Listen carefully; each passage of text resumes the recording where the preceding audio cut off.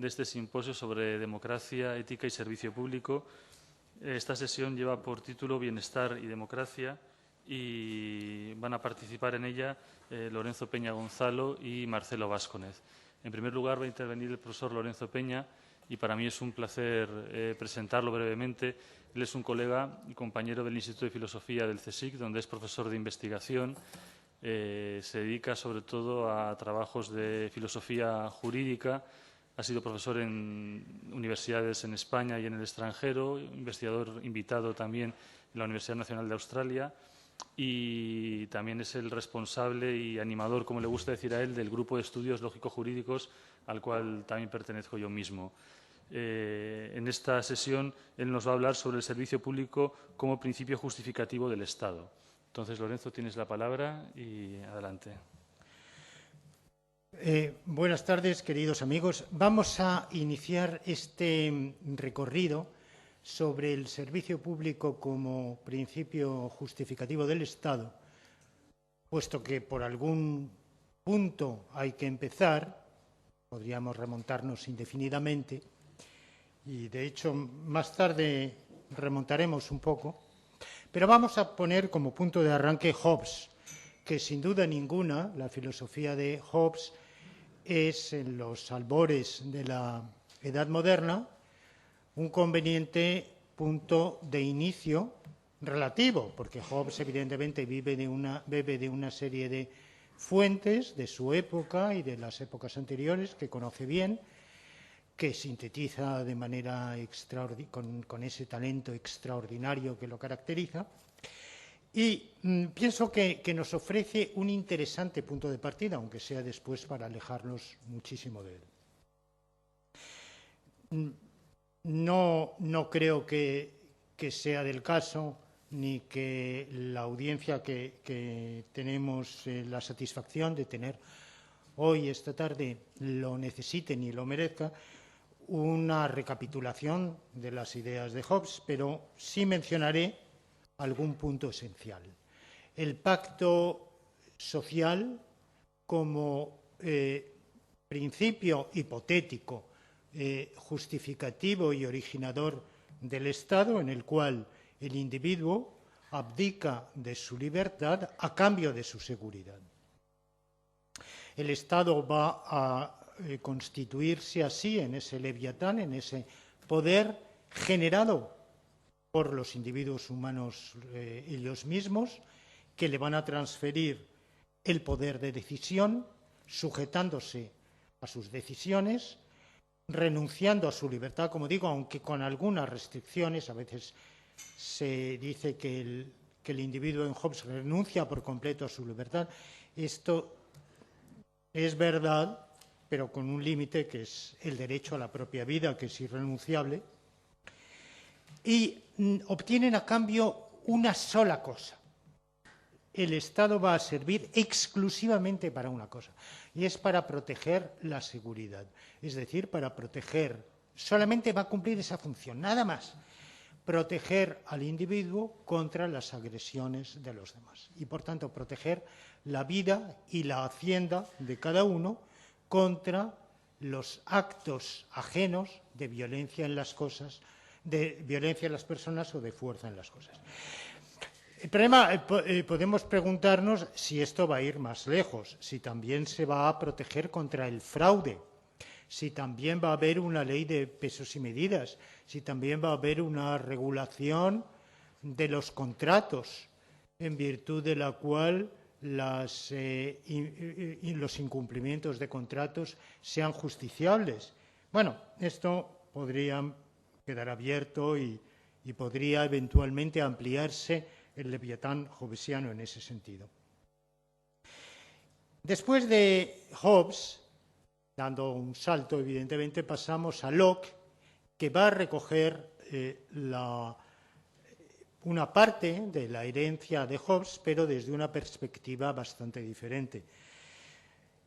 Y que se va a diferenciar esencialmente en que para Locke la libertad individual no es renunciable, de tal manera que el individuo, al suscribir el pacto social y conferir así poder a unas autoridades, no les extiende un cheque en blanco, sino que establece un pacto con unas condiciones, con unas estipulaciones en las cuales el gobernado efectivamente adquiere esa obligación de obedecer al gobernante, pero a cambio adquiere la obligación de gobernar según unos principios de justicia y de libertad y respetar los derechos individuales, que no va a ser ya solo, como en Hobbes, el derecho a la vida, sino también el derecho a la libertad y a la propiedad.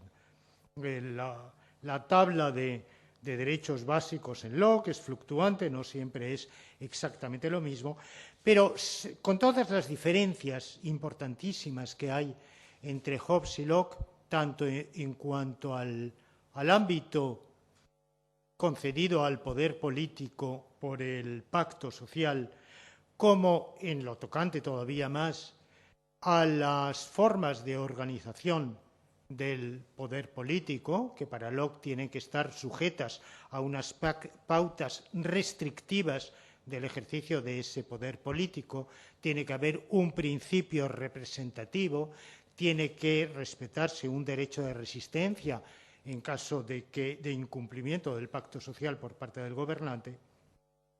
Aparte de esas diferencias, que son apreciables, sustanciales y muy, muy importantes, hay algo común a estos dos autores que hemos tratado, y es que la función que está llamado a desempeñar el Estado es sustancialmente la misma.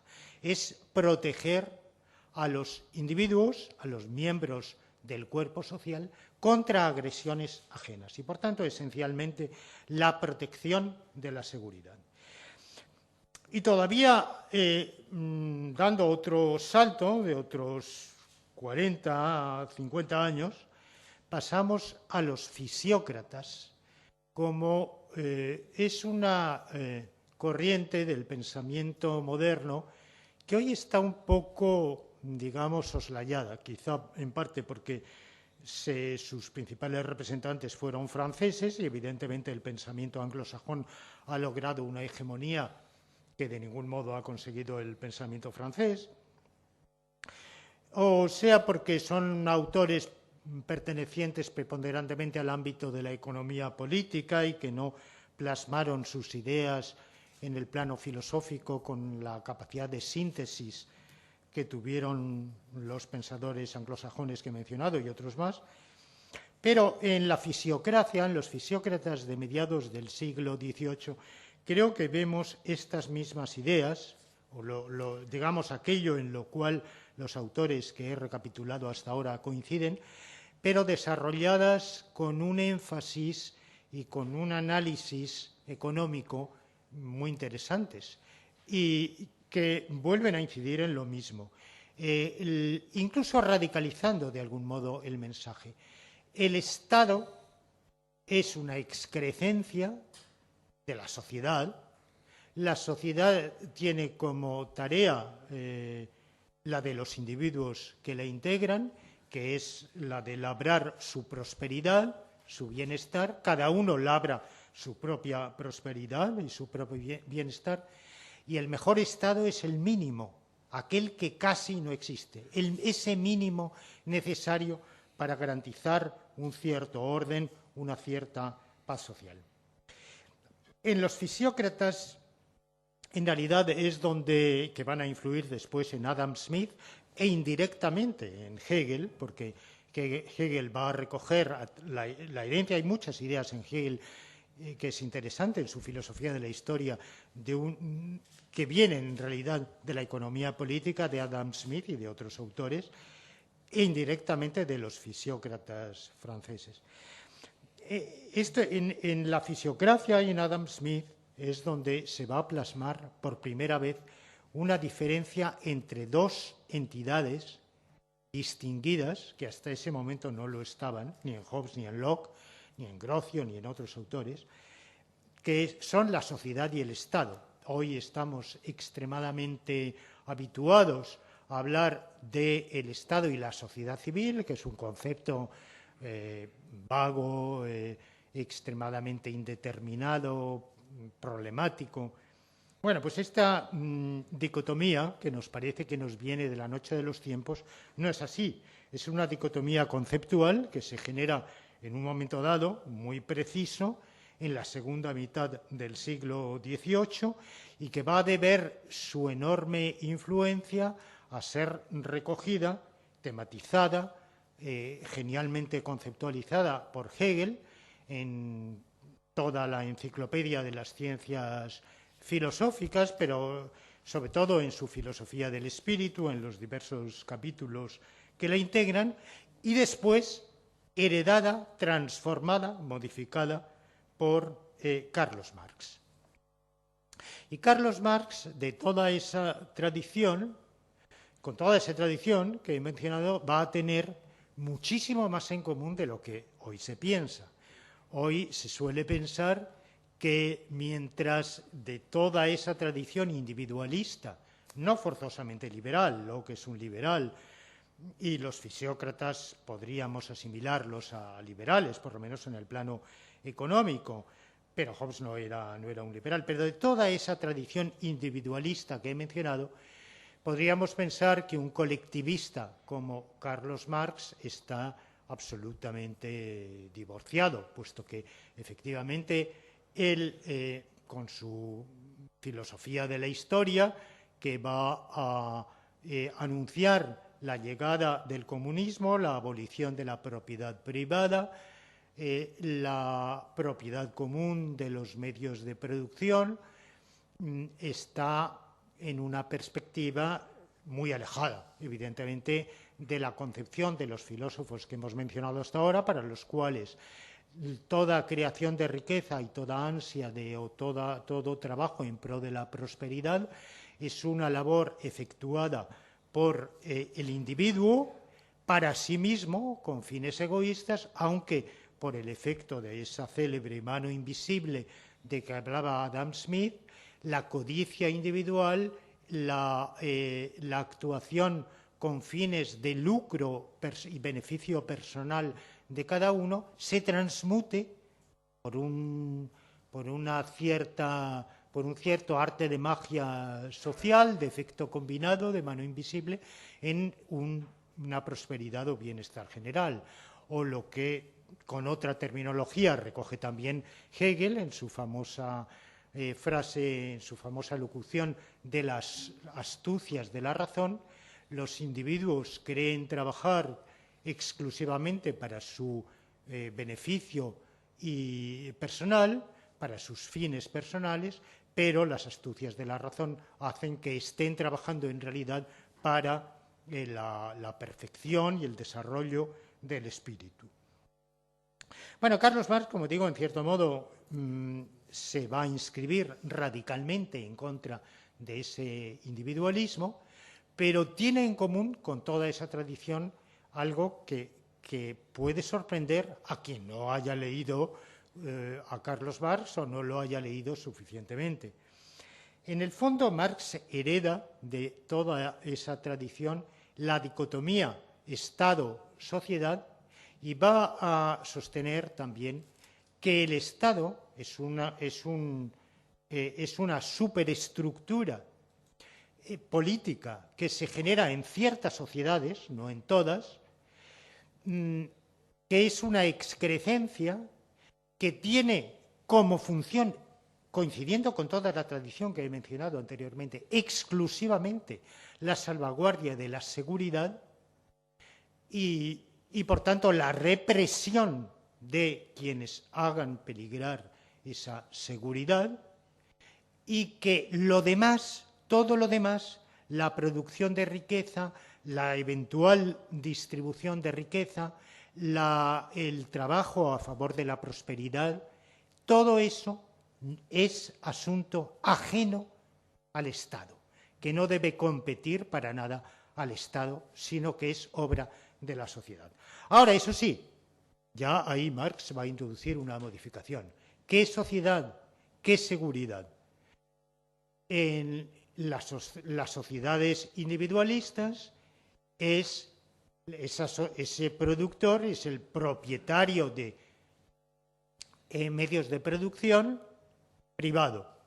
En cambio, en una sociedad socialista será la sociedad, o mejor dicho, la clase obrera organizada como totalidad la que asumirá esa función. Y por lo mismo que existe esa dualidad de propiedad pública, mejor dicho, de propiedad común o propiedad individual o privada, va a existir una dualidad correlativa de seguridades. Cuando decimos que el Estado está para salvaguardar la seguridad,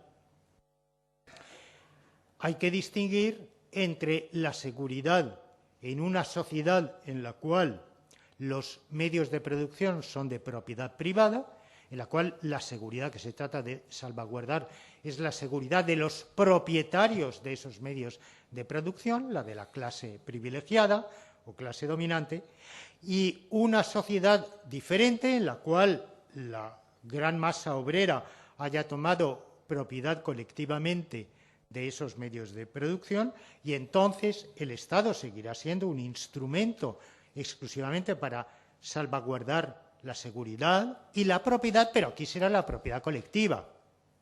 Y por tanto será para reprimir no a las clases trabajadoras, sino a la clase anteriormente explotadora o a sus restos.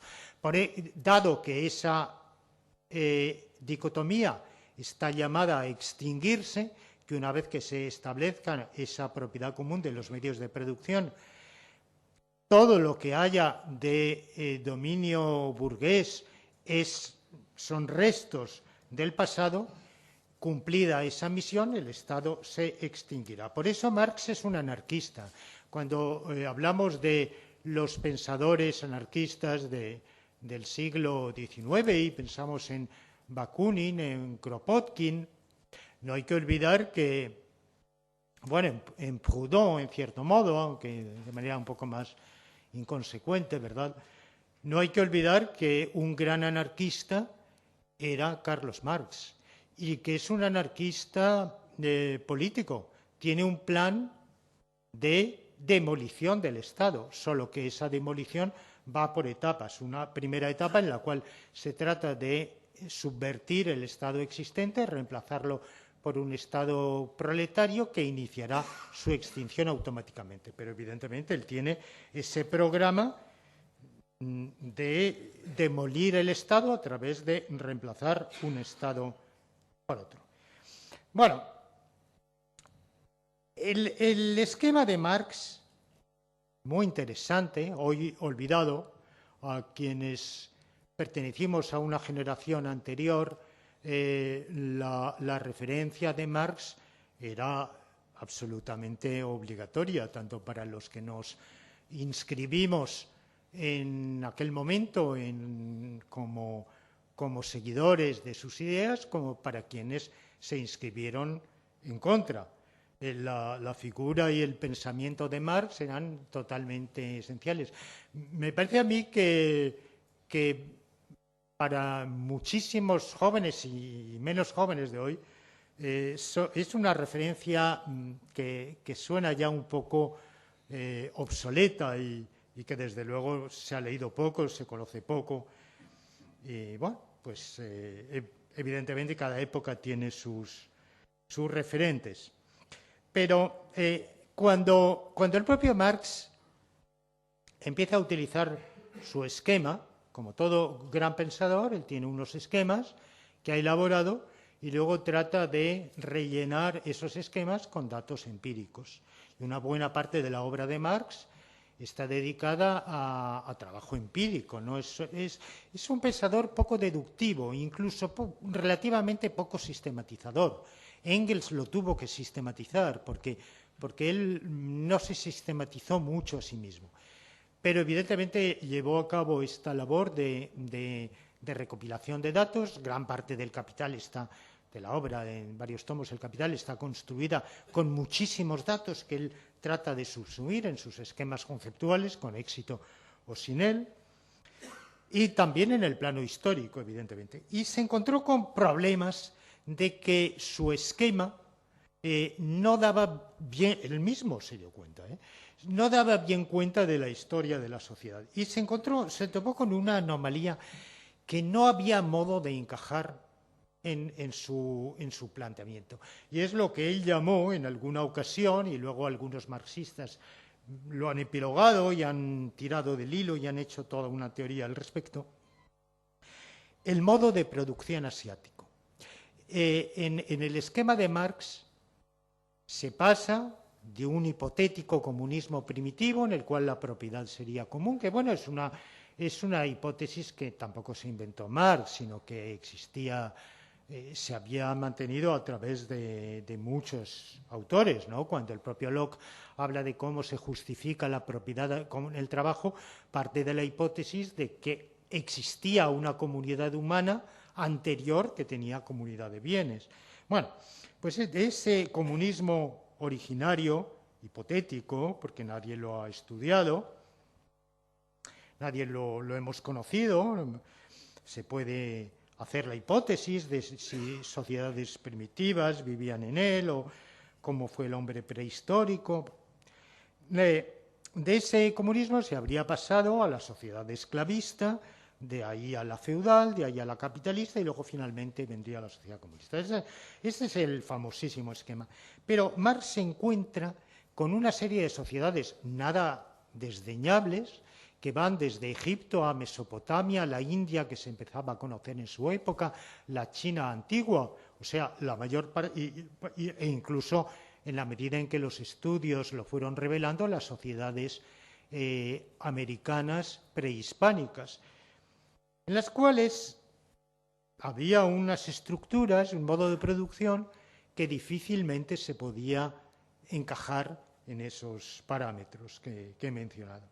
Y entonces acuñó ese término del modo de producción asiático, no quiere decir nada, claro, es una denominación geográfica, pero era un modo de producción en el cual el Estado existiría, porque en otros escritos, por ejemplo, Engels hace remontar el Estado en Grecia al siglo VIII antes de Jesucristo. O sea, no dice el mes, pero vamos, está bien precisada el origen, ¿no? Igual que algunos autores han dicho, ¿cuándo se genera el lenguaje?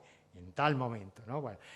Bueno, pues, sin embargo, en estos escritos, Marx dice, ya en esas sociedades que llama asiáticas existe el Estado, y el Estado es el principal propietario de medios de producción y el principal productor.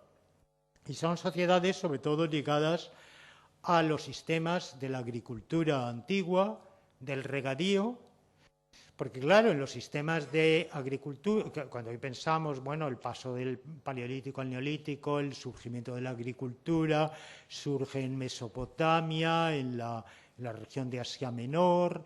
¿Y por qué? Bueno, ¿por qué todo eso, no? En realidad porque eran agriculturas esencialmente de regadío. Bueno, en la agricultura de regadío, ¿quién produce? El agricultor, pero el principal elemento de producción es el agua, es la canalización del agua como principal trabajo, y eso excede la capacidad del productor individual, incluso del productor privado. Para eso hace falta que toda una sociedad esté organizada, tenga una autoridad y que se establezcan esas obras que son muy difíciles y si pensamos en la tecnología antigua, dificilísimas, y por eso muchas de esas canalizaciones luego se abandonaron y han caído en decadencia, y hoy se pueden ver siglos, muchísimos siglos y milenios después, y han quedado inutilizadas porque requerían un trabajo colectivo muy arduo, muy difícil de organizar.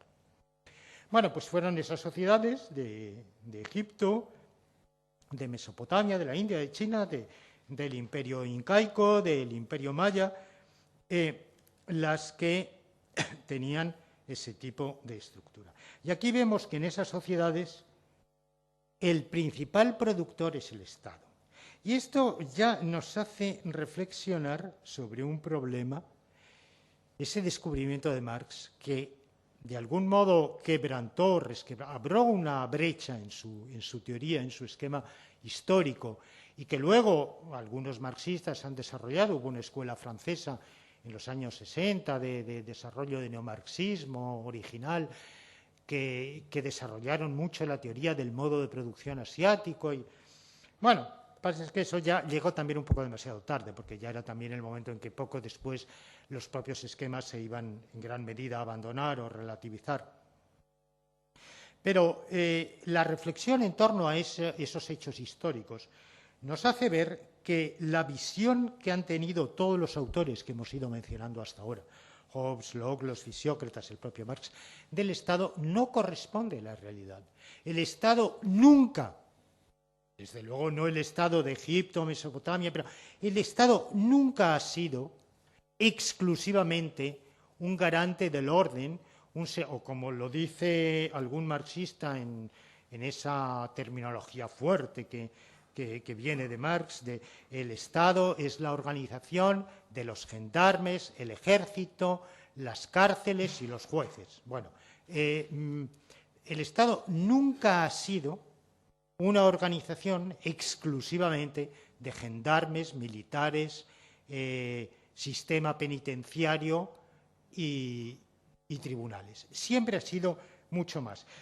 Simplemente veamos lo que era el Estado romano de la gran época. El Estado romano de la gran época no solamente hacía todas esas cosas, hacía acueductos, hacía caminos, hacía obras viales, hacía foros, hacía termas,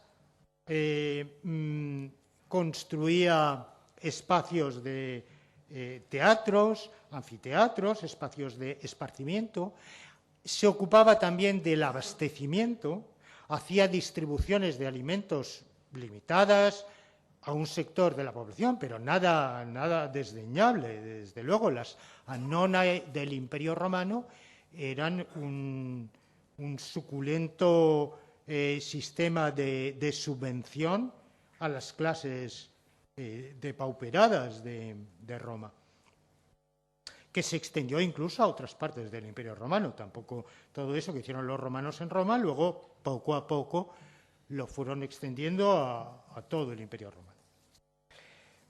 De tal manera que el Estado nunca ha sido eso. Pero si el Estado nunca ha sido exclusivamente ese sistema de represión, muchísimo menos el Estado liberal, a pesar de que la ideología liberal fisiócrata que he recapitulado hace un momento tuviera esa idea de un Estado mínimo, un Estado que casi no existe. Como lo decía Thomas Jefferson, que fue uno de sus grandes exponentes, y esa idea persiste hoy en Estados Unidos. Por eso cuando Obama ha planteado este programa de asistencia sanitaria, que visto desde otros parámetros nos parece ridículamente exiguo y casi nada, y sin embargo en Estados Unidos, donde persiste la mentalidad jeffersoniana, ha causado escándalo porque se considera que todo lo que sea interferir en las vidas de los individuos por parte de un poder público que utiliza la coerción es negativo. Y que por tanto el Estado, que haya el mínimo, casi nada, ese mínimo guardián del orden, esa es la idea de Thomas Jefferson, y esa misma idea va a ser expuesta varios decenios después por una figura que sin duda es muchísimo más simpática y atractiva, que es la de Thoreau, porque claro, en el caso de Thoreau, como lo expresa como protesta frente a la esclavitud, un sistema que mantiene la esclavitud es injusto, y él se niega a pagar impuestos, pero lo hace, bien, este es un lado de la cuestión, pero lo hace en nombre de esa ideología del Estado mínimo, que está hoy presente en Estados Unidos y que va a tener su continuidad. Sin embargo, toda la evolución del Estado desde mediados del siglo XIX va en sentido absolutamente y diametralmente opuesto, de un incremento de las funciones tuteladoras, productivas, de servicio público del Estado. El inaugurador de esas ideas va a ser un alemán, un economista, en 1864, Adolf Wagner, que va a ser el fundador de la Verein für Sozialpolitik, de la Unión para la Política Social, que asesorará a Bismarck y será uno de los consejeros de la primera introducción que hubo en la Alemania guillermina, o la Alemania imperial, de los seguros sociales. Y Wagner, como que fue el creador del socialismo de cátedra, va a propugnar esa idea frente al socialismo obrero, que amenaza con ser perturbador de la sociedad, un socialismo desde lo alto de la cátedra que impulse la actividad económica de los poderes públicos. Sin embargo, la figura a la cual nosotros, digamos, los promotores principales del libro que un poco ha dado lugar a o ha estado en el origen de estas jornadas, del libro de Ética y Servicio Público, el pensador al que nos vinculamos más directamente no es Wagner, sino Léon Duguay.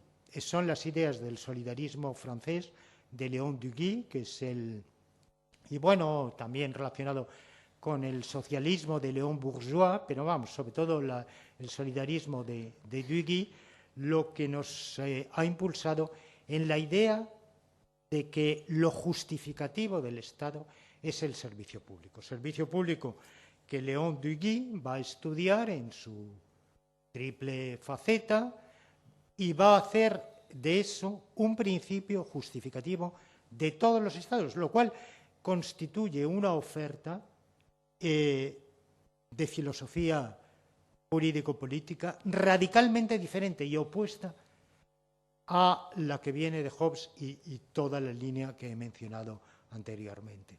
Porque en toda esa línea el Estado es un Estado guardián, mientras que en la concepción solidarista de Léon Duguay, el individuo nace y crece vinculado por una obligación, un cuasicontrato, como lo llamaba Bourgeois, de solidaridad con los demás, que se traduce en la necesidad de una autoridad que organice y canalice esa solidaridad de los unos con los otros a través del servicio público.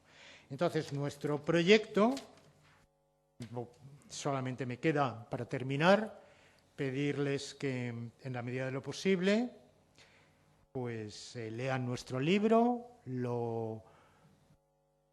y lo critiquen, porque lo que desearíamos es obtener críticas a los planteamientos que hacemos. Nuestro libro trata de ser una defensa, un desarrollo desde diversas perspectivas. Cada autor tiene los suyos y no está obligado a compartir los puntos de vista de los demás. Una defensa, un desarrollo de esa idea del Estado como organizador del servicio público, una defensa argumentada de la necesidad de ese servicio público y un programa, porque en realidad continuará en obras posteriores, de contraargumentación frente a todos aquellos que tratan de algún modo de volver hoy al estado mínimo, digamos, desde planteamientos más o menos libertarios, aduciendo la ineficacia, irresponsabilidad, despilfarro, corrupción y enchufismo que dan lugar la organización de servicios públicos. Frente a todas estas críticas, unas más justificadas que otras, creo que hay razones para decir que con todas sus lacras, con todos sus inconvenientes, el servicio público es absolutamente necesario, que esas lacras también son compartidas por el sector privado, que cuando se transfiere una actividad del servicio público al sector privado, no forzosamente se va a librar de todas esas lacras, a veces algunas pueden incluso agravarse, que deseamos todos, evidentemente, trabajar por un servicio público lo más depurado posible de todas esas lacras, pero que la necesidad de ese servicio público como es totalmente esencial. Primero, porque la historia nos confirma que es esencial y que ha sido siempre tarea del servicio público, que nunca ha habido un Estado que no lo realice. Y segundo, porque sería inconcebible, invivible la vida de hoy si no fuera por los enormes servicios públicos. E incluso vemos muchas veces la hipocresía, bueno, quizá la palabra es demasiado fuerte, digamos, la inconsecuencia doctrinal de quienes están exigiendo que se reduzca el sector público. Por ejemplo, en Francia, quienes se quejan, en Francia hay un movimiento muy fuerte ahora que reprocha que en Francia el sector el porcentaje de PIB que se maneja públicamente es 55%. Y lo bueno sería pasar a ser como el Reino Unido, donde es solo el 47%. Bueno, yo no sé si el porcentaje óptimo es 55 o es 47%, pero que nadie me haga creer que la diferencia, esos 8 puntos de diferencia marcan una distancia entre dos civilizaciones, porque no me lo voy a creer. Sencillamente que haya más servicio público o menos. ¿Qué es mejor? Bueno, pues comparemos caso. Yo, mi experiencia como exhabitante también de la República Francesa, que también en medida modestísima me beneficié de los servicios públicos de la hermana República, pues creo que mejor se vive con mucho servicio público. Es mi convicción personal, pero vamos, yo invito a todos ustedes a debatir al respecto.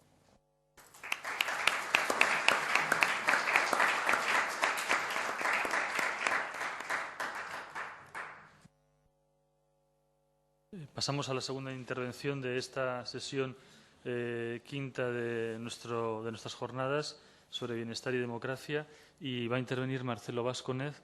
Marcelo Vázquez es profesor permanente en la Universidad de Cuenca, en el Ecuador. Estamos muy agradecidos que haya podido venir a este simposio desde tan lejos. Él ha sido investigador invitado en las universidades de Pittsburgh y en la Católica de Lovaina, donde se doctoró, y en la actualidad dirige un proyecto de investigación sobre el concepto de buen vivir que ha sido incorporado en la Constitución ecuatoriana del año 2008. Precisamente su intervención se titula Las implicaciones políticas del buen vivir, el caso del Ecuador. Marcelo, muchas gracias. Tiene la palabra. Bueno, permítanme en primer lugar unas palabras efusivas de agradecimiento a todos los organizadores que han hecho posible mi participación en esta tarde, especialmente la Fundación Manuel Jiménez Abad, en cabeza de su presidente. Bueno, en mi participación quisiera hablarles de 4 puntos. El primero de ellos es referente a los antecedentes históricos que han conducido hacia el ascenso a la presidencia de Rafael Correa y su propuesta de una asamblea constituyente. En segundo lugar, me voy a concentrar ya en lo que es el buen vivir. Y antes de analizar lo que son las condiciones de posibilidad en la Constitución 2008 para el buen vivir, quiero hacer referencia a la opinión de un sociólogo, Patricio Carpio, que estuvo asesorando a los asambleístas de Montecristi. Es profesor en la Universidad de Cuenca. Inmediatamente, como tercer punto, voy a hacer un análisis de las referencias que hay en la Constitución acerca del buen vivir y también en el Plan Nacional de Desarrollo 2009-2013. Y terminaré como cuarto punto con una alusión a la rendición de cuentas 2010 del presidente actual. Bien, primero quisiera hacer un poco de historia. Remitámonos para ello al año 1980.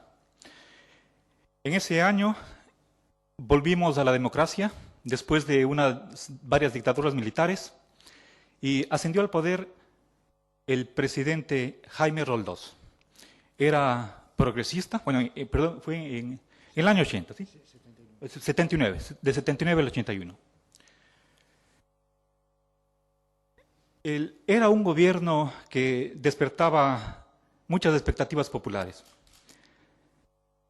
Quería robustecer la presencia del Estado y, desgraciadamente, 2 años más tarde murió en un accidente de helicóptero. Fue justamente un 24 de mayo, fecha en la que nosotros celebramos un aniversario de la independencia de España, ¿sí? En 1822. No quiero hablar acerca de las causas, pero fue un accidente extraño, ¿sí? Le sucedió su vicepresidente. Desde ahí acá estamos en algo así como unos 28, bueno, hasta el 2006, que es, creo yo, la época de cambio. Digamos, son como 25 años aproximadamente, o 26 años, de dominio neoliberal. Los presidentes a los que brevísimamente quiero referirme son León Febres Cordero, Sixto Durán Ballén y otros más. Los dos primeros pertenecientes a un partido social cristiano que representaban al alto empresariado, a la oligarquía, sobre todo guayaquileña. Es decir, era un modelo, lo que de mañana Oscar hablaba de un modelo empresarial de Estado. Es decir, siguiendo las líneas impuestas por el Consenso de Washington y que resumiría en los siguientes puntos.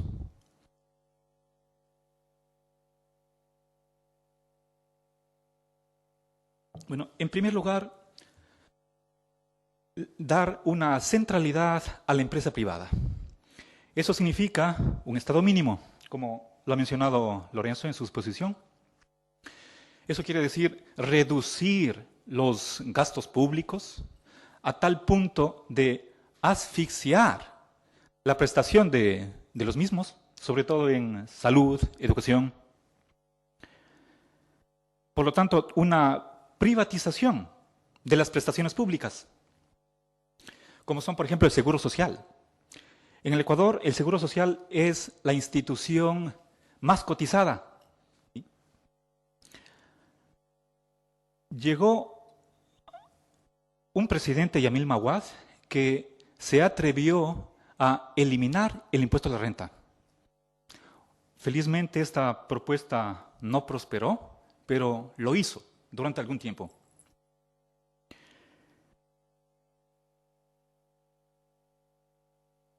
Se privilegió el pago de la deuda externa.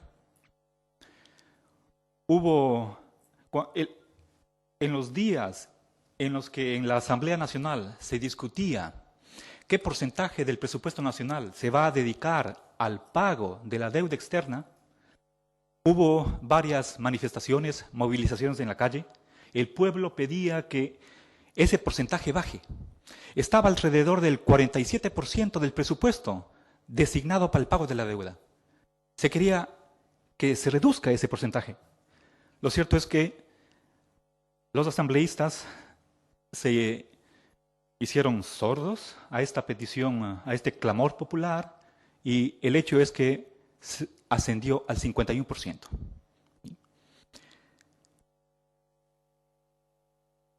Se creía que deben darse las condiciones favorables, apropiadas para la inversión extranjera, el capital transnacional, la desregulación,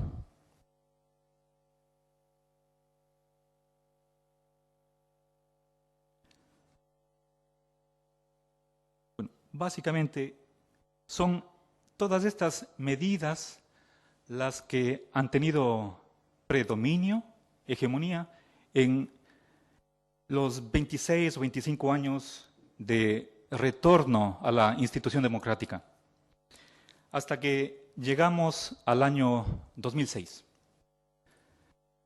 Bueno, una cosa que vale la pena recalcar es que desde el 96 al 2006 nosotros tuvimos en ese decenio 10 gobiernos, 6 gobiernos, y 3 de los que fueron elegidos por votación fueron asimismo revocados por protestas populares. Todo el mundo se volcaba a la calle. Entonces, estamos en una época de gran inestabilidad política y llegan así las elecciones del 2006. Para la primera vuelta ganaron en primer lugar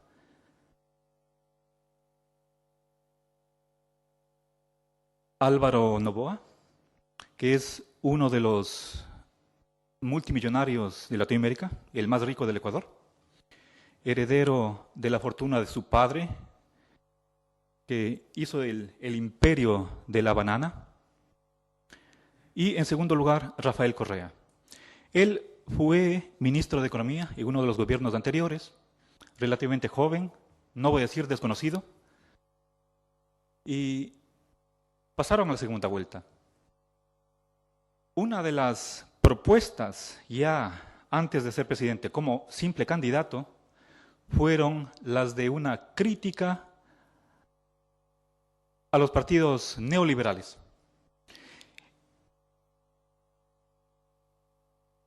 Se ofreció ya como candidato decir no a un tratado de libre comercio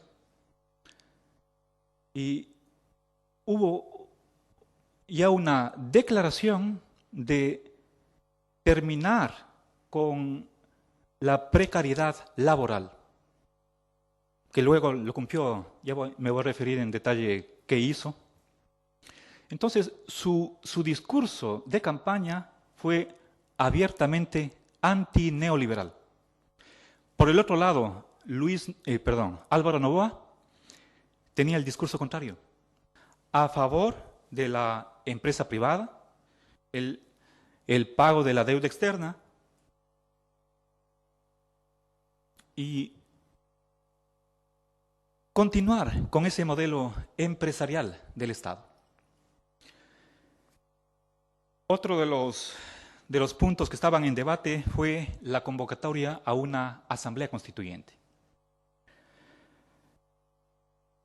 Álvaro Noboa se opuso a esa convocatoria. Según la Constitución del año 98, el sistema económico es social de mercado. Eso dice la Constitución del 98. Y seguramente estaban contentos con ese modelo. Ya con dar trabajo y pagar un salario de miseria, hacían muchísimo.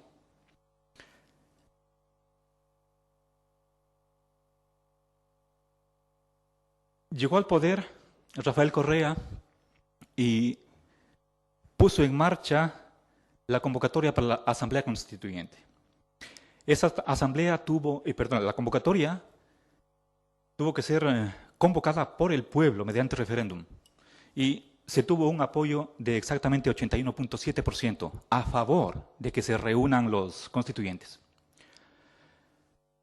Muy bien, luego, en septiembre, una vez que ya estaba redactada el texto final, nuevamente referéndum y con más del 60% se aprobó la nueva Constitución. Entonces, con este brevísimo antecedente histórico, voy a pasar a ver qué papel juega la noción del buen vivir dentro de la Constitución y también en el Plan Nacional de Desarrollo. En este plan hay varios capítulos. El tercero está dedicado a los principios del buen vivir, en el cual me voy a basar. Pero antes de eso, quisiera hacer referencia a Patricio Carpio, sociólogo, profesor de la Universidad de Cuenca, en Ecuador.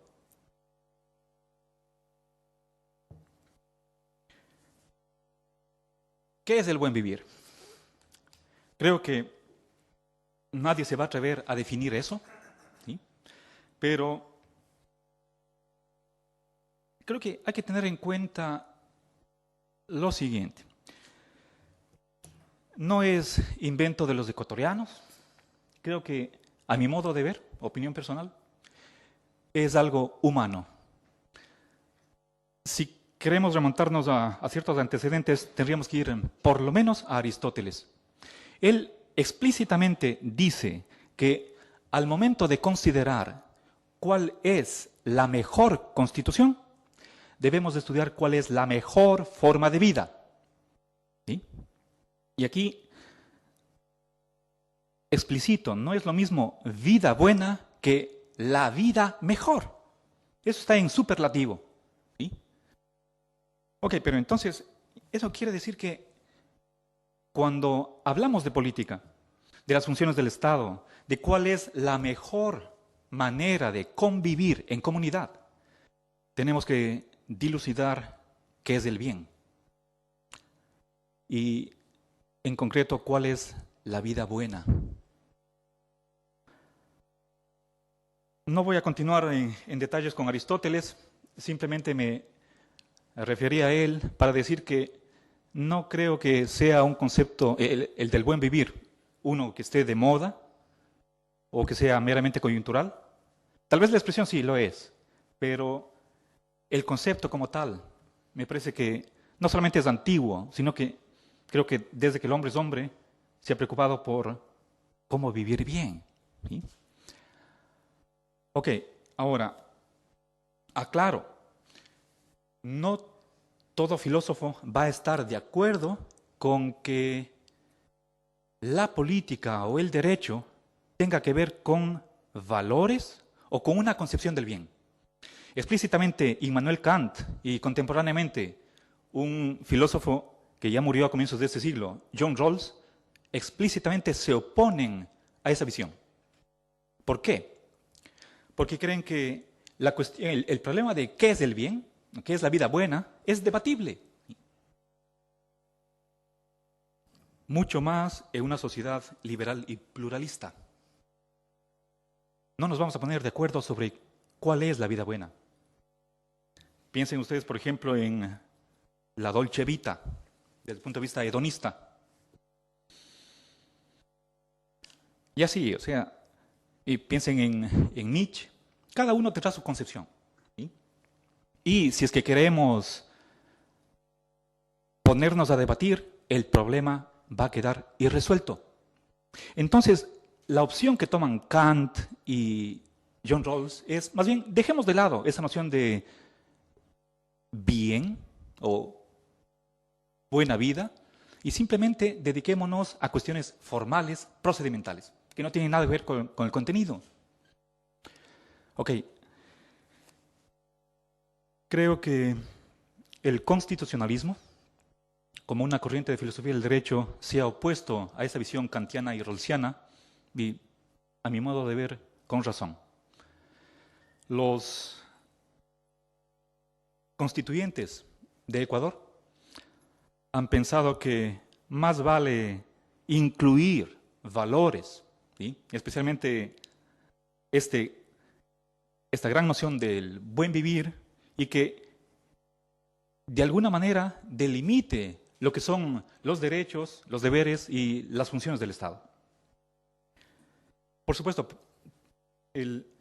todo esto se puede debatir y de hecho en la Asamblea Constituyente de 130 asambleístas, el día final de votación hubo 30 ausentes.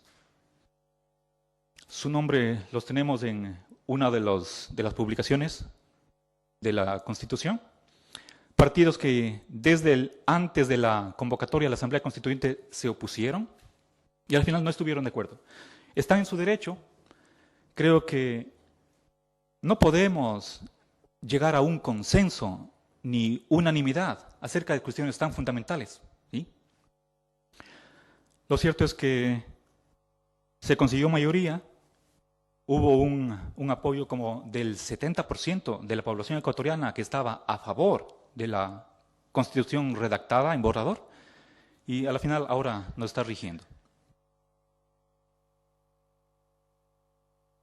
Bueno, me voy a referir a Patricio Carpio como uno de los representantes más conspicuos que tienen una determinada visión de lo que sería el buen vivir y cuya influencia, por más que sea indirecta, se puede rastrear desde el preámbulo de la Constitución.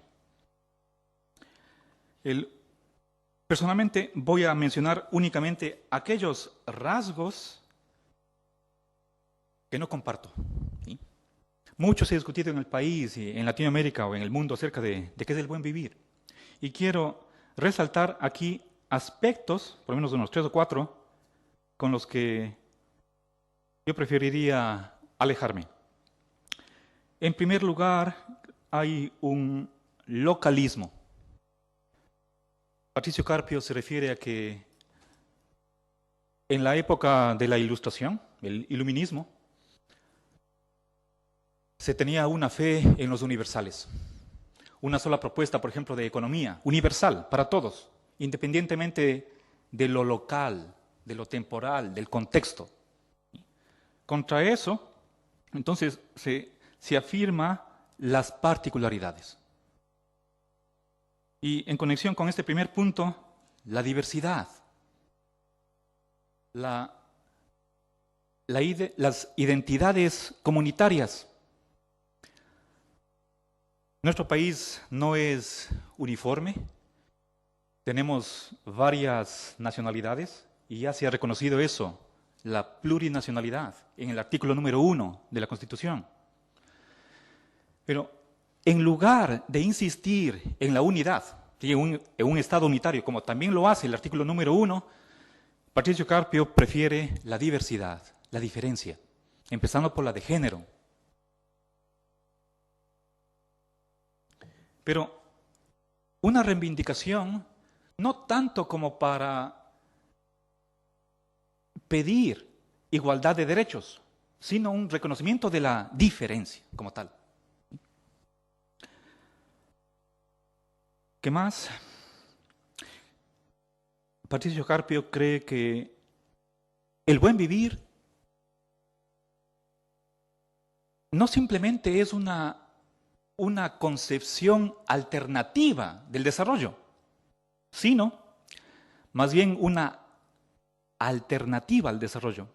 Me explico, quizá la distinción es medio sutil y tal vez no la expliqué claramente. Él textualmente dice: no es un desarrollo alternativo, sino una alternativa al desarrollo. Él está hablando de que el buen vivir nos ubica dentro de un post-desarrollo, o más bien, más específicamente, dentro de un decrecimiento. O sea, no es simplemente corregir una concepción del desarrollo, sino desecharla. Cualquier noción de desarrollo está mal. El buen vivir no es cuestión de desarrollo, es otra cosa, ¿sí? Según Patricio Carpio. Bueno, personalmente tengo yo otros puntos que rescatar. ¿Cuánto me falta? Voy a...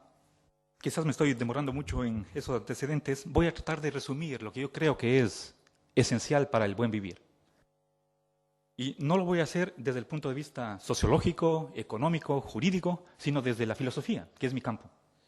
La filosofía del buen vivir. En primer lugar, hablemos de una axiología que está presente. ¿Qué valores son fundamentales para el buen vivir?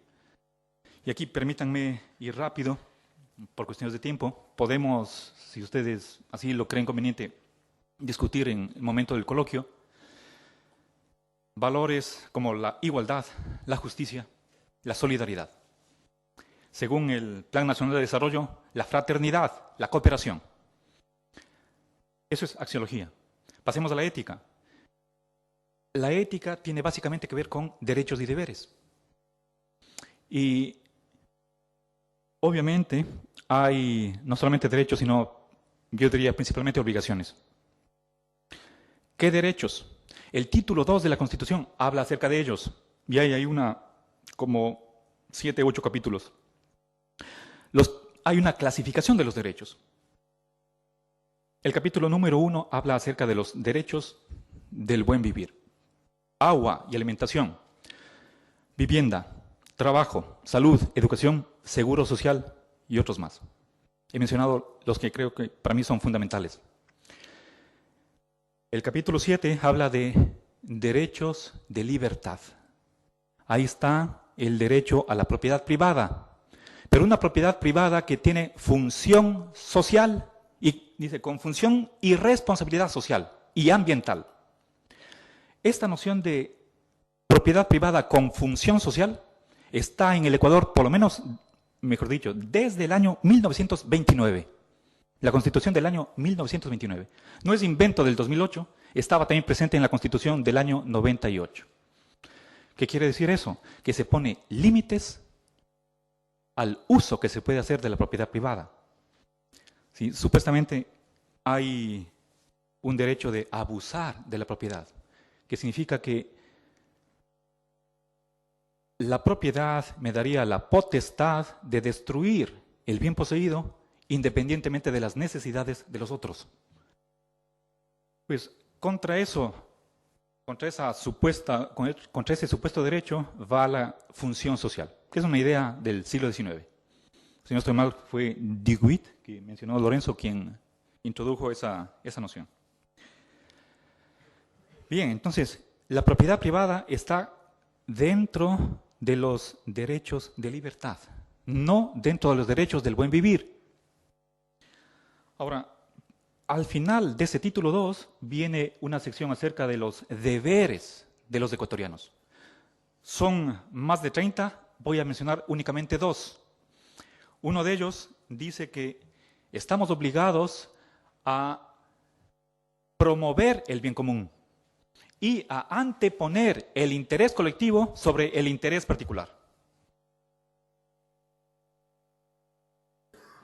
Bueno, pero lo que me interesa a mí, en primer lugar, son las consecuencias o las implicaciones políticas. ¿Qué papel juega el Estado ante un individuo que tiene esos derechos del buen vivir? Veamos. Desde el artículo 1, dice que la forma del Estado ecuatoriano es constitucional de derechos. Y es por primera vez en la historia constitucional que un Estado se da esa denominación. No es que hay un error, que por una errata en la imprenta se fue una S y simplemente es un Estado de derecho. No. Hay ahí una explícita nueva concepción de lo que es el Estado. Simplemente la idea que está detrás es la de que el Estado es básicamente garantista. Tiene que no solamente enunciar que tenemos ciertos derechos, sino que progresivamente adoptar medidas para que el ciudadano goce efectivamente de dichos derechos. Es lo que significa Estado constitucional de derechos. ¿Sí? El Estado, y también, bueno, luego dice que es un Estado social. ¿Okay? Social de justicia. Y de justicia. ¿Qué es Estado social? Bueno, muchas cosas. Veamos. En primer lugar, un Estado que hace una redistribución equitativa. Redistribución que se ve, por ejemplo, a través de los impuestos, a través de subsidios, sobre todo para la población de bajos estratos, la prestación de servicios públicos.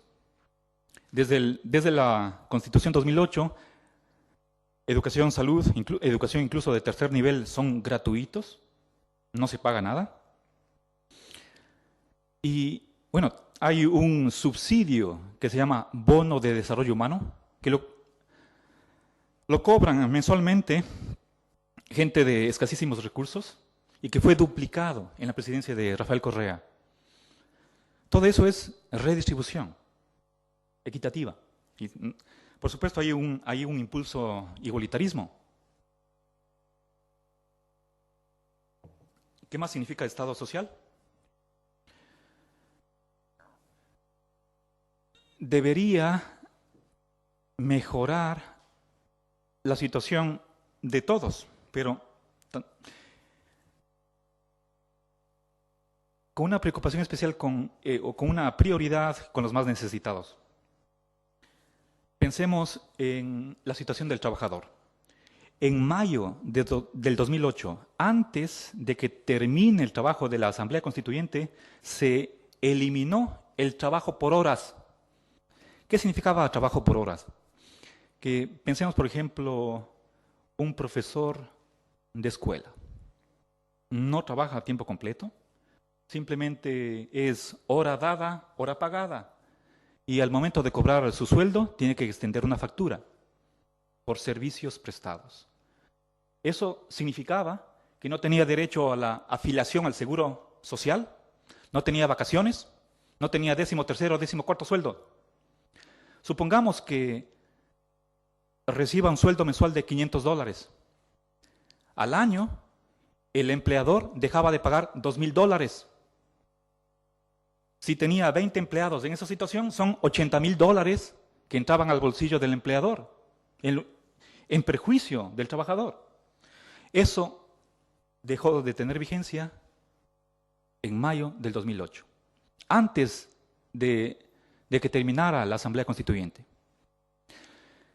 Recién el 7 de mayo tuvimos nosotros en el país una consulta popular, un referéndum, en la que el pueblo mayoritariamente se pronunció a favor de que se declare un delito la no afiliación al Seguro Social. Bueno, creo que tengo que pasar a los resultados. Si es que continuara hablando sobre lo que es el buen vivir en la Constitución, podríamos decir, una maravilla, qué lindo, pero tal vez impracticable, no factible. Quiero terminar con algunas pequeñas estadísticas. A ver, voy a mencionar solamente 3, no quiero cansarles y sé que ya estoy cerca del tiempo. En primer lugar, reducción de la pobreza. Desde el 2006 a junio del 2010, el promedio nacional, promedio entre zona rural y zona urbana, ha descendido del 37.6 al 33%. Eso significa 7,7 puntos de reducción de pobreza en promedio desde el 2006. ¿Sí? Ahora, tal vez ustedes podrán sospechar que el éxito que ha tenido el gobierno, antes de eso, el segundo y último dato acerca de cómo hay una voluntad férrea de que no queden en meras declaraciones, sino que se traduzcan en políticas reales, ¿sí? A favor de la masa popular. Les doy un segundo dato. Comparemos el gasto social que ha habido desde el año 2000 hasta el 2010, una década.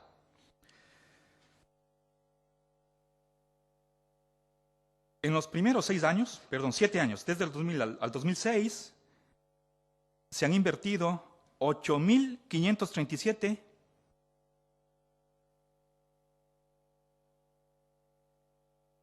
está en miles de millones, ¿sí? En inversión social. En 7 años, 8.500 miles de millones. En los últimos 4 años, desde el enero de 2007 para acá, esa cifra asciende a 14.994. Eso significa que se ha invertido casi el doble desde el inicio del siglo. Casi el doble. Ahora, ¿por qué eso? No es solamente debido a que tuvimos suerte con el exceso o con un excedente de la venta del petróleo. Yo creo que hay que tomar en cuenta que también se ha tomado medidas para recaudar mejor los impuestos y a combatir la corrupción, sobre todo en aduanas. Creo que ya no tengo más tiempo. Muchas gracias.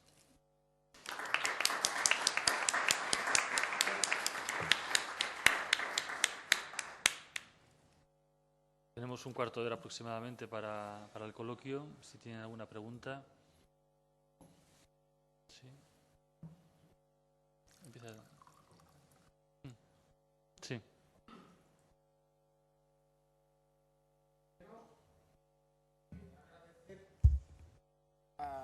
profesores Lorenzo y Marcelo, perdón, las comunicaciones, porque yo creo que hay una cosa que es importante repensar, ¿no? Esta mañana salió a raíz de una intervención creo que se le preguntó a Óscar acerca de la nueva Escuela de Gestión Pública, ¿no? Hay un tema transversal para mí, que yo creo que habéis planteado de alguna manera vosotros dos, que es la idea de recuperar la idea de servicio público, con todas las implicaciones éticas, jurídicas y políticas que ello tiene, ¿no? Y cómo asociar esa idea de servicio público, como bien habéis hecho, a la idea de justicia. Porque aquí hay que, a mi modo de ver, matizar una cosa, ¿no? Es cierto que la tradición liberal ha dicho que la idea de bien es un asunto del individuo, ¿verdad? Y que en tal caso lo que tiene que ocuparse las formas del poder político y las formas jurídicas es de garantizar que cada individuo pueda realizar libremente su propio proyecto de vida y su idea de bien. Pero yo creo que se ha mistificado de alguna manera también la posición de los clásicos, ¿no? La posición, por ejemplo, de Aristóteles. Porque no se trata tanto en Aristóteles, sino creo que se hable de una noción concreta de bien. Porque lo que viene a sostener en última instancia Aristóteles en la política es que no puede existir bien ni felicidad individual posible si no existe una justicia, diríamos nosotros hoy, social, ¿no? Y esto ha sido totalmente criticado por los pensadores neoliberales, empezando pues por la escuela austríaca, etcétera, ¿no? Que han visto en la noción de justicia social una especie de noción difusa que sirve para atacar las libertades, ¿no? El problema que hay es, claro, que la palabra libertad también se utiliza con una indeterminación que no se sabe muy bien lo que se quiere decir con eso. Es decir, la libertad de quién y la libertad para qué. En fin, habría muchas cosas que discutir ahí al respecto y no es quizá el foro en el que tengamos que hacerlo, ¿no? Sí, me gustaría que aclarara un poco, Marcelo, esa idea, que a mí me ha parecido muy interesante y que aquí en España, entre nosotros, en el terreno económico, viene defendiendo el profesor Naredo desde hace mucho tiempo. Desde que saltó toda la cuestión de la crisis financiera global en el 2007, el profesor Naredo viene sosteniendo que lo que se necesita es precisamente decrecer económicamente y no seguir creciendo, que ha sido precisamente el gran problema que tenemos y, a su vez, con todos los derivados ecológicos en nuestros tiempos. Entonces, si puedes precisar un poco esa noción de decrecimiento, te agradecería.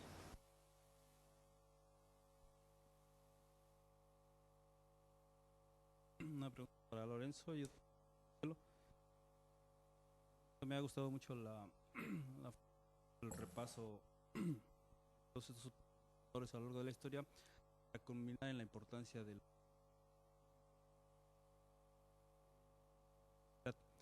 Yo veo una paradoja. Por un lado, creo que los gobernados piden o queremos más y mejores servicios públicos de calidad, pero la paradoja radica en que la lógica de los gobernantes sean hoy de izquierda. Es la reducción del... La contradicción, ¿cómo se podría? La segunda pregunta es, has dicho algunos elementos de lo que es el buen vivir en la Constitución ecuatoriana. La pregunta es, ¿en qué se diferencian estos elementos de los mínimos de bienestar que ya Naciones Unidas ha... las constituciones?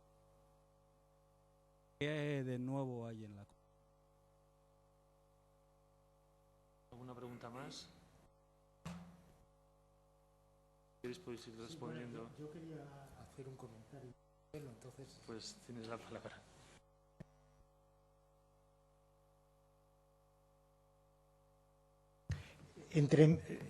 Jaime Roldós Aguilera asciende a la presidencia de la República del Ecuador el 10 de agosto de 1979, con la restauración de la democracia en el Ecuador después de las dictaduras militares.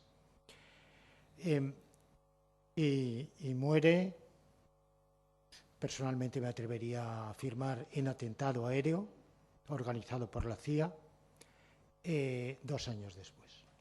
Y lo sucede el vicepresidente de la República, doctor Osvaldo Hurtado Larrea, que no era ningún desconocido, había sido un colega mío en la Pontificia Universidad Católica del Ecuador y era un demócrata cristiano, progresista, que había escrito, muy famoso, por un libro, y quizá olvidado, El poder político en el Ecuador, donde criticaba el poder de la oligarquía. Sin embargo, el doctor Osvaldo Hurtado Larrea, lejos de mantener el programa roldosista, abdicó, capituló ante las oligarquías. Los gobiernos que se han sucedido desde entonces, unos que ha mencionado Marcelo, efectivamente han sido de signo totalmente reaccionario, otros no, ha habido pequeños intervalos. Lo que pasa es que todos ellos acabaron capitulando, o sea, ninguno de ellos tuvo ni el empuje, ni la gallardía, ni quizá los recursos conceptuales, intelectuales, humanos, axiológicos, lo que sea, para mantenerse en el desafío a los poderes de facto oligárquicos, ¿no? Por ejemplo, está el gobierno de la izquierda democrática, de Rodrigo Borja Ceballos, de una familia aristocrática quiteña, que según la tradición venía de los antiguos Borja o Borja españoles, desconozco si con fundamento sin él, e incluso ese nombre de Rodrigo pues era utilizado. Hubo varios, y el propio Bucaram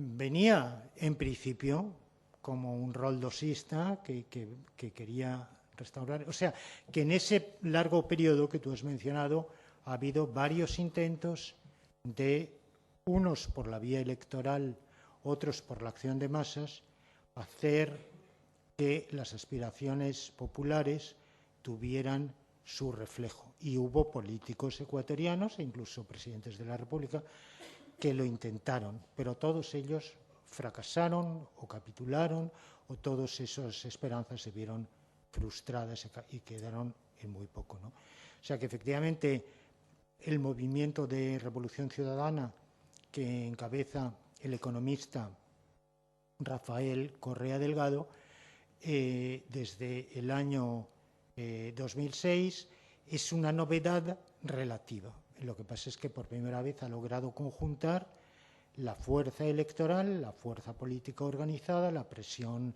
de la calle, todo ello junto organizadamente con unas ideas de una coherencia problemática, de una falta todavía bastante importante de organización conceptual, con muchas fantasías detrás que tú has mencionado. Pero vamos, que tampoco eso ha surgido absolutamente de la nada. Tiene como todos los hechos humanos, tiene una historia y tiene una prehistoria. Y también en esa prehistoria pues ha habido muchos esfuerzos, unos baldíos, otros frustrados, pero creo que también ha habido esa continuidad.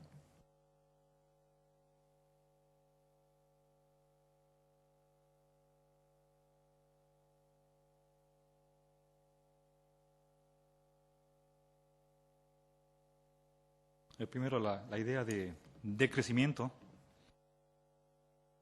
Personalmente creo que lo que necesitamos nosotros es más producción. Que si es que no hay, por ejemplo, insumos en el dispensario médico, no hay medicamentos. Entonces, para financiar los servicios públicos, el Estado no solamente cuenta con los impuestos, también la Constitución obliga a que tenga empresas productivas como actor económico, el Estado como actor económico. No solamente es cuestión de planificar o controlar, regular la economía, sino también que tenga empresas nacionales con ánimo de ganancia, pero que va a contribuir a financiar los servicios públicos.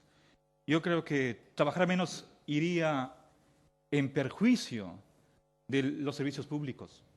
Y por la misma razón, creo que el anti-extractivismo, el de que, por ejemplo,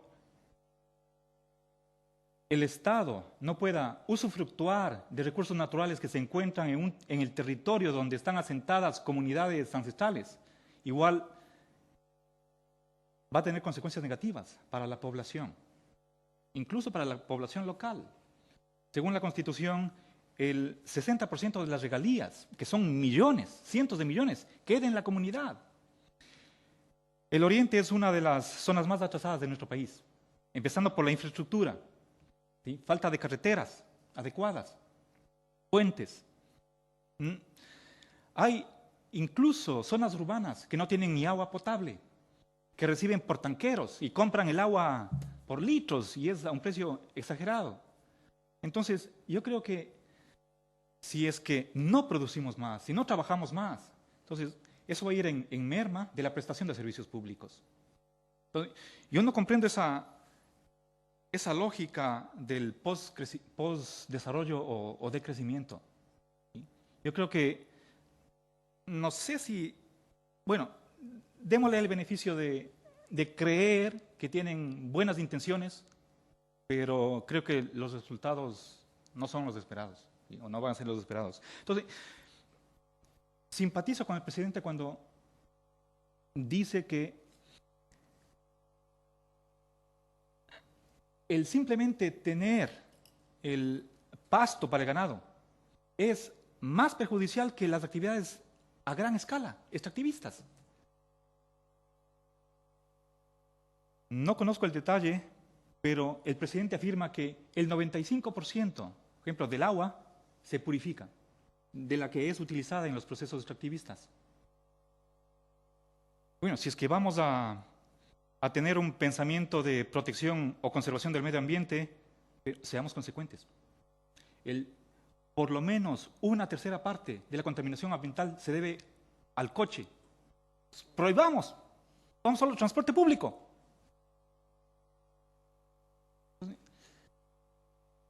Yo personalmente estoy a favor de producir más. No veo otra manera. El dinero no cae del cielo. ¿Sí? No podemos quedarnos cruzados de brazos, trabajar menos. Eso me parece ilógico. Por respecto a la diferencia, es algo que todavía tengo que hacer este trabajo. Pero por supuesto, creo que las Naciones Unidas han influenciado muchísimo. El Ecuador es signatario desde el año 2000 para comprometerse a los objetivos del milenio. Y ya de aquí a 4 años vamos a ver qué se ha cumplido. Hay un convenio entre Ecuador y las Naciones Unidas, especialmente con el Programa de Desarrollo Humano, en el que Ecuador se compromete a metas medibles. Por ejemplo, digamos, reducir para el 2013 al 7% el analfabetismo. Cosas que se pueden constatar. ¿Sí? Son objetivos realizables y que tienen que ponerse en práctica. No son meras enunciaciones retóricas, demagógicas, sino que se vea en los resultados. ¿Cuánto hemos avanzado? Y si es que no hemos cumplido, hay que decir por qué. Tenemos que justificar. Obviamente no es novedad, ¿sí? Si es que quisiéramos rastrear antecedentes, no sé, tendríamos que irnos miles de años atrás, no solamente quedarnos en el siglo XX, pero creo que las Naciones Unidas, sobre todo el Programa de Desarrollo, ha hecho mucho para, tal vez indirectamente, poner ciertas cosas que deben estar presentes al momento de hacer política. Como es, por ejemplo, la misma noción de desarrollo humano. El hombre es el centro, no es el capital, no es el mercado. Es desarrollo humano. ¿Sí? Primero está la vida, después la deuda. Disculpen, Óscar, si no puedo ser un poco más concreto. Iniciamos este proyecto el año pasado, estamos en proceso y, por supuesto, ese es uno de los puntos que tenemos que ver. Bueno, hay verdaderamente una paradoja en cuanto a lo que planteas, Óscar. Dices, por un lado hay una reclamación de más servicios públicos y por el otro lado la paradoja estaría en que aquellos a quienes se demanda que la prestación de esos más y mejores servicios públicos por su parte ellos, quienes tendrían que organizarlo, aquellos a quienes se dirige la solicitud o la demanda, optan por menos Estado. En el programa de Jacques Chirac, cuando fracasó en su primera campaña para la presidencia de la República Francesa, tenía, bueno, él no solamente él, Édouard Balladur, era el eslogan de moins d'État, menos Estado. El propio Jacques Chirac, cuando fue presidente de la República, renunció a ese eslogan, que yo sepa nunca, en el ejercicio del desempeño de la presidencia, nunca lo volvió a usar. Y al revés, su campaña exitosa para la presidencia fue con el principio, con otro discurso absolutamente diferente y discorde del anterior, que fue la superación de la fracture social, la superación de la fractura social, para lo cual hacía falta más Estado. No sé si hay una paradoja, ¿verdad? Paradoja es que algo sea como no debería, como parece que lógicamente no debería ser. Algo así, digamos, es una idea aproximada. En un diccionario que acaba de sacar Trota, tenemos, Checho Olsin y yo, una entrada que se llama así, paradoja, ¿no? Y es una noción vaga, tratamos ahí de dar un análisis lógico. Pero que A piense una cosa y B piense otra, o que los habitantes del territorio mayoritariamente deseen más servicios públicos y los gobernantes deseen menos o reducir, eso no parece que sea una paradoja, simplemente. No, donde quizá hay una paradoja es en la mente de la gente de la calle. Los indignados de que hablábamos en alguna sesión anterior. Yo creo que en su mente sí hay una paradoja. No se aclaran. Por un lado, efectivamente quieren y queremos mayoritariamente más y mejores servicios públicos, pero también es verdad que una demanda en sentido opuesto, esas demandas de menos Estado, menos impuestos, dejar más margen a la iniciativa privada, tiene también un sector de opinión y a lo mejor, y eso es lo paradójico, algunos de los que son susceptibles de apoyar el primer enfoque son también susceptibles, a lo mejor en otro contexto, porque la gente también varía de decir A o B según el contexto. Somos los seres humanos, nuestras creencias tienen un elemento de variabilidad contextual. Cualquiera, el más coherente del mundo, pero unos más y otros menos, claro. Y es paradójico que existan las dos posiciones y que alguna gente o mucha gente, incluso algunos de la gente más honesta que está indignada por muchos comportamientos reprochables de los políticos, sin embargo, no se aclaran y evidentemente, ahí es verdad, hay que decantarse, hay que mojarse.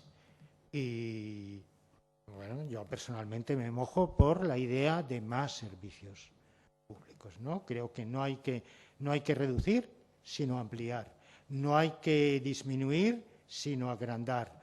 El sector público tendría que ser todavía mucho mayor y nos iría mejor si fuera bastante mayor. Incluso una parte de los problemas que el mercado evidentemente no ha solucionado y es incapaz de solucionar, por lo menos en las condiciones de hoy, podía asumirlo el Estado con una iniciativa. Una parte de las carencias del empresariado español a la hora de emprender, de abordar líneas de producción innovadoras, podía hacerlo el Estado. Y también en ese sentido, pues iría en el sentido de Marcelo. Creo que no se trata de decrecer ni el sector, ni la economía en general, ni el sector público. Se trata de crecer, pero crecer quizá, eso sí, mejor, crecer bien. Quizá hay renglones del crecimiento que se han hecho mal, se pueden hacer bien, o se pueden hacer otros, que sean más provechosos para el ser humano. Por ejemplo, eso del transporte público, sí, vamos, yo me parecería muy bien prohibir, igual que se está prohibiendo el tabaco, prohibir el automóvil, dar un plazo de 20 años y decir transporte público. Pero con una adaptación, tiene que haber también para eso transportes públicos suficientes en cantidad y en calidad. Pero vamos, esa es una idea personal que quizá ustedes van a considerar una aberración, un disparate. Bueno, yo creo que en general podemos decir eso. En vez de más sector público y mejor calidad, mejor cantidad. Pero siempre que exigimos mejor cantidad y mejor calidad, debemos tener cuidado de que no se malinterprete esa exigencia de mejor calidad como una crítica susceptible de decir, bueno, y tal como está, quizá mejor, porque eso no. O sea, tal como está, con todos los defectos, mejor es eso que se reduzca. Por lo menos ese es, humildemente, mi punto de vista. Las preguntas lo dejamos aquí. Muchas gracias a los ponentes.